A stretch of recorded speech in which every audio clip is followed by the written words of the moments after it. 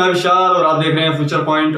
तो हमने बात कर दी है एक्सरसाइज 6.1 की लाइन्स एंड एंगल्स। इसका इंट्रोडक्शन हमने पिछली वीडियो में क्लियर किया था, तो हम ज्यादा समय नहीं लेंगे, आपको एक्सरसाइज कम समय में सिखाएंगे, तो आप हमारे साथ बने रहिए।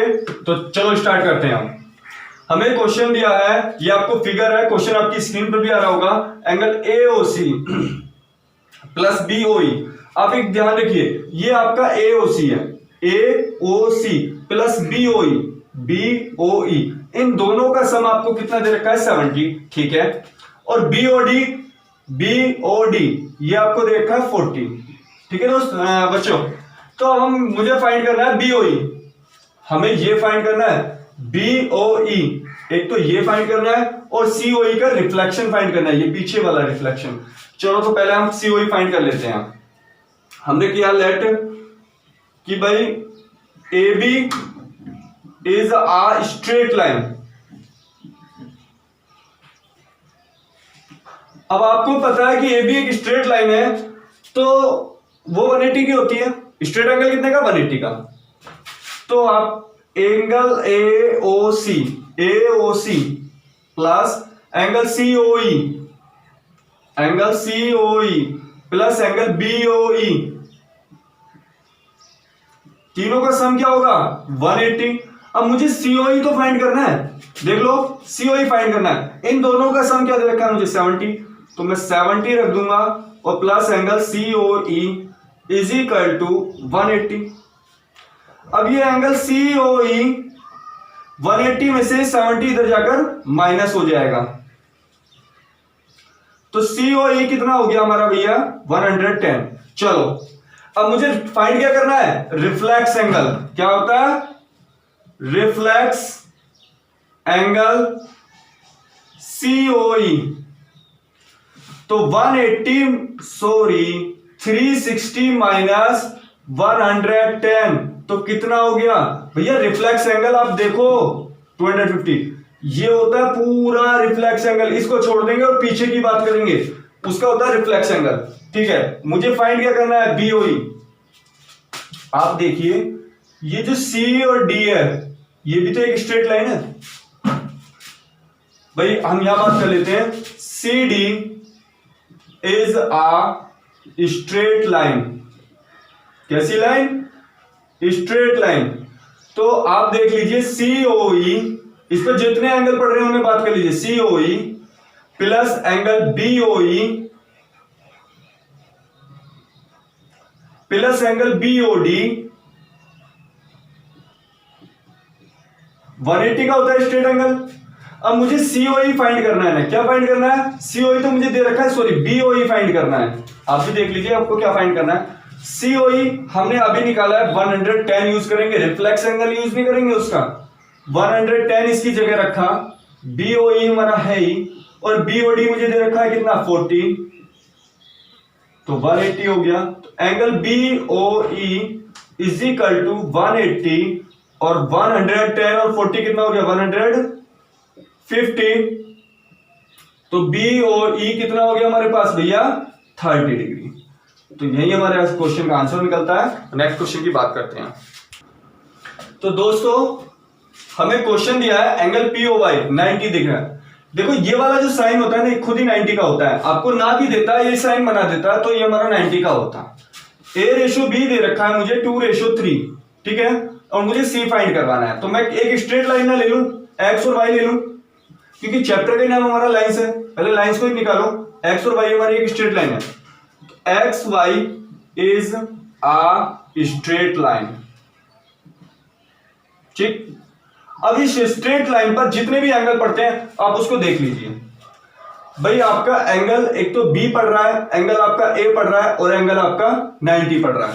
तो मैं ज्यादा समय नहीं लेंगे, एंगल A, ये B और 90, तीनों का सम कितना होगा 180। अब क्या होगा कि सर हमारे पास A और B का तो रेशियो दे रखा है, निकालेंगे कैसे। तो भैया लेट A की वैल्यू आपको कितनी मिल जाएगी, जब हम किसी रेशियो को तोड़ते हैं तो हमें X एक कांस्टेंट अपने साथ ले लेना होता है। तो A की वैल्यू हमारी क्या हो गई 2x और B की वैल्यू हो गई हमारी 3x, ठीक है। तो हम A की जगह क्या रखेंगे 2x, b की जगह क्या रखेंगे 3x प्लस का 90 इज इक्वल टू 180। ठीक है दोस्तों, 3x और 2x दोनों एक लाइक टर्म्स हैं, ऐड हो जाएंगे और ये 180 में से 90 माइनस होगा तो 5x इज इक्वल टू 90 हो गया और x की वैल्यू 90/5 हो गई। तो 5 से कितनी बार डिवाइड हुआ 18 बार। कितनी बार 18 बार। तो पहले मैं a की वैल्यू निकालूं। a मेरे पास क्या था 2x था, मतलब 2 की मल्टीप्लाई 18 में करी तो 36 हो गया और b की मल्टीप्लाई 3 इंटू 18 सॉरी 3x है ना, तो 3 इंटू 18 में करी तो 54 हो गई। ठीक है चलो दोस्तों, 36 एंड 54 मुझे मिल गया। अब हम बात करते हैं a और b तो निकल गया, मुझे बात करनी है c की। मुद्दा देखो c कहां है, ये c किसके साथ स्ट्रेट लाइन बनाना है पहले ये देख लेंगे। ये स्ट्रेट लाइन b और c मिलकर बना रहे हैं, तो मतलब कौन सी स्ट्रेट लाइन हो गई m और n। m is a straight line. कैसी लाइन स्ट्रेट लाइन। तो आपका एंगल तो b हो गया और एंगल c, ये दोनों मिलकर बना रहे हैं 180। जरूरी नहीं है आपका 3-4 ही मिलकर बनाए, आपके 2 भी बना सकते हैं, जैसे हमारे पास में b ने बनाया। b की वैल्यू हमारी कितनी आई है 54। आप एंगल b के प्लेसेस पर 54 रख सकते हैं और एंगल c मुझे फाइंड करना है तो 180। तो angle c is equal to 180 minus 54। ठीक है, तो एंगल c की वैल्यू क्या हो गई 17 में से 5 गया 12 हो गया। तो मेरे पास जो हमारे 1c की वैल्यू आई 126 आई। नेक्स्ट क्वेश्चन करते हैं। तो क्वेश्चन दिया है हमें, गिवन दिया है हमें पी क्यू आर। ये जो आपका पी क्यू आर है इसे पकड़ो भैया, पी क्यू आर ये है, पी आर क्यू ये आपको इक्वल दे रखा है, तो मुझसे प्रूफ करवा रहे ये जो एंगल है ना ये वाले, ये आपस में इक्वल हो, ये वाले, मेरी बात समझ रहे हो ना, ये आपस में इक्वल हो, ये हमसे प्रूफ करवा रहा है। तो मैं बात करूं पहले एस और आर। एस और आर कैसी एक स्ट्रेट लाइन है, नहीं है, समझो मेरी बात को।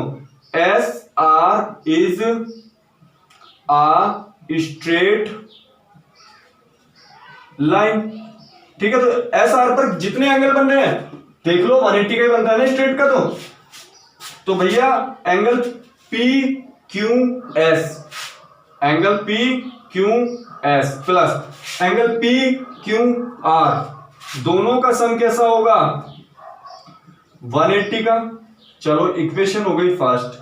अब मैं बात करूं टी क्यू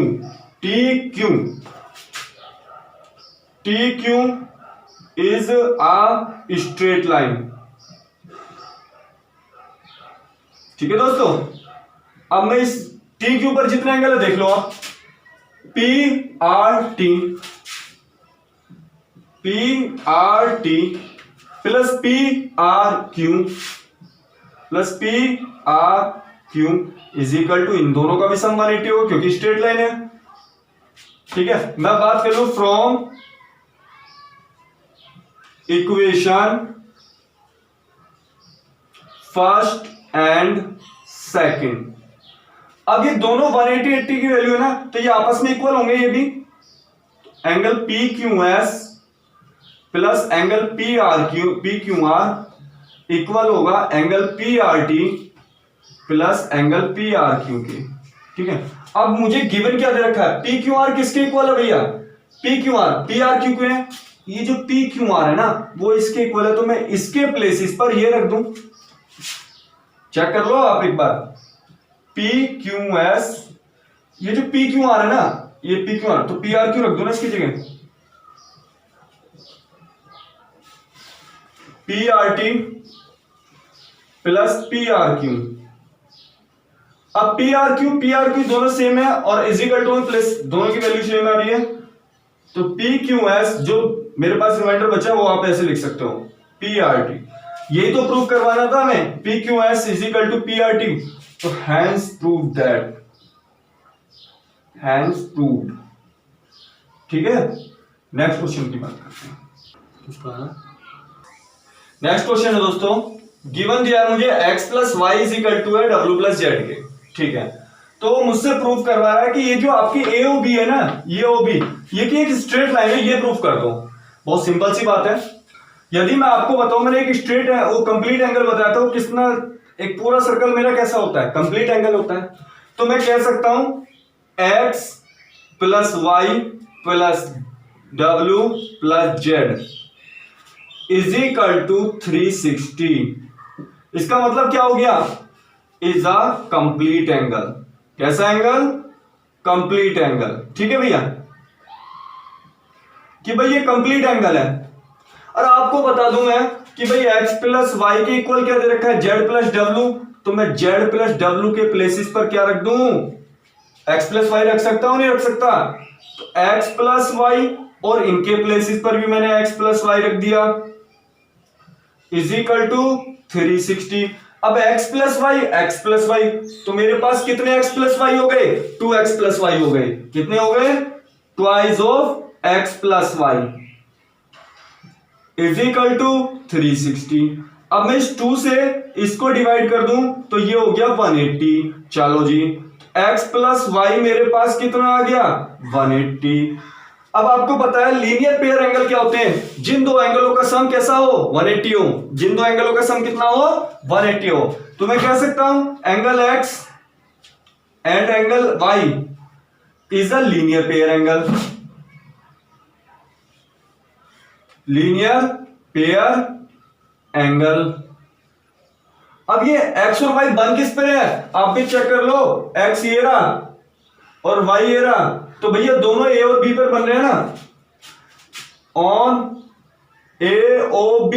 तो मैं कह सकता हूं ना आसानी से, इस therefore a o b is a straight line. तो यही तो प्रूफ करना था मुझे, बस क्वेश्चन यही खत्म होता है हमारा। नेक्स्ट की बात करते हैं। नेक्स्ट क्वेश्चन बच्चों हमारा बहुत ही इंपॉर्टेंट क्वेश्चन है, तो हम बात करते हैं। मुझे जो प्रूफ करना है ना, ये जो ROS है, आप ROS की प्लेसेस देख लो कहां पर है, ये भी ROS की प्लेसेस है, जो 1/2 QoS माइनस POS के इक्वल दिखानी है। तो मेरे को एक चीज दे रखी है इन्होंने कि भैया OR जो है परपेंडिकुलर है PQ पर। चेक कर लो, OR जो है परपेंडिकुलर है PQ पर। ये परपेंडिकुलर का साइन होता है। तो मैं पहले इधर की बात कर लेता हूं, angle POR is equal to 90 degree हुआ नहीं हुआ, POR हो गया ना 90 डिग्री। अब इसमें दो एंगल बन रहे हैं, एक और ये, एक ये और एक ये। तो मैं इसे लिख सकता हूं POR को angle POS plus angle ROS, angle POS angle ROS is equal to 90 degree. तो मैं ROS की वैल्यू निकाल लूं क्योंकि मुझे ROS चाहिए ना। Angle ROS is equal to 90 minus angle POS। Equation हो गई ये फर्स्ट। चलो इधर का टर्म ले लिया हमने। मुझे एक चीज ये भी तो दिखाई दे रही है ना दोस्तों, ये देखो, ये इस तरीके का एंगल है, ठीक। यदि मैं बात करूं QoS, एंगल QoS मेरा कब बनेगा, जब मैं इन दोनों को जोड़ दूंगा। QoS कब बनेगा, ROS को जोड़ दूं और ROQ को जोड़ दूं, ROS को जोड़ दूं और QOR को जोड़ दूं। बन गया नहीं बन गया, मेरे पास QoS बन जाएगा। अब ROS तो मुझे फाइंड करना है, QOR देख लो आप, QOR ये 90 है ना, सीधी सी बात है 90 है भैया। तो एंगल ROS मैंने अपने पास रखा, QOS ये QOR कितना है मेरे पास, ये 90 डिग्री है। कितना है, 90 डिग्री। तो प्लस का है, इधर जाएगा, ये माइनस का हो गया। तो ये इक्वेशन आ गई मेरे पास सेकंड। चलो अब मेरे पास फर्स्ट इक्वेशन मिली मुझे, मेरे को सेकंड इक्वेशन मिली। तो मैं बात कर लेता हूं, यहां इस प्लेस पे कर लेते हैं भैया, from equation first plus second से। किससे, फर्स्ट प्लस सेकंड से। अब ये ROS और ROS, मैं आपको दोनों इक्वेशन लिख के दिखा देता हूं। ROS is equal to 90 minus का POS, इधर भी तो जोड़ दो ना, ROS दोनों को जुड़ रहा है, ROS दोनों जुड़ गए, ठीक है। ये 90 माइनस का POS plus angle QOS minus का 90। अब ये माइनस का 90 ये प्लस का 90 ये कट गए, ROS 2OROS, QOS प्लस का इसलिए आगे रखो, माइनस का POS, ये जो 2 है इसे मल्टीप्लाई या डिवाइड में पहुंचा दो,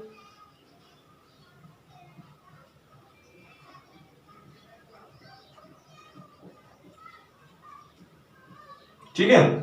तो बात हमारी आ जाती है हैंस प्रूव्ड, क्वेश्चन का आंसर मिल गया, प्रूव दैट, ठीक है। नेक्स्ट क्वेश्चन पे आते हैं। तो बच्चों क्वेश्चन इस प्रकार है, आपको XYZ दिया है, ये XYZ दिया हमको 64। उसने एक बात कही है भैया, YQ जो बाइसेक्ट करता है, ये YQ जो बाइसेक्ट करता है ZYP, इसका मतलब ये और ये हिस्सा ये दोनों बराबर है, YQ बाइसेक्ट एंगल ZYP, ठीक है। तो इसका मतलब क्या हुआ, PYQ इज इक्वल टू हो गया ZYQ के, सॉरी, ये दोनों आपस में इक्वल हो जाएंगे क्योंकि बाइसेक्ट कर रहा है। चलो, तो हमें दिख रहा है कि PX क्या है, स्ट्रेट लाइन है भैया, तो मैं इसे लेट कर लू ना, लेट, इसे मैंने X लेट कर लिया दोनों को, ये भी आपका X हो गया और ये भी आपका X हो गया। तो मैं बात करता हूं, PX is a straight line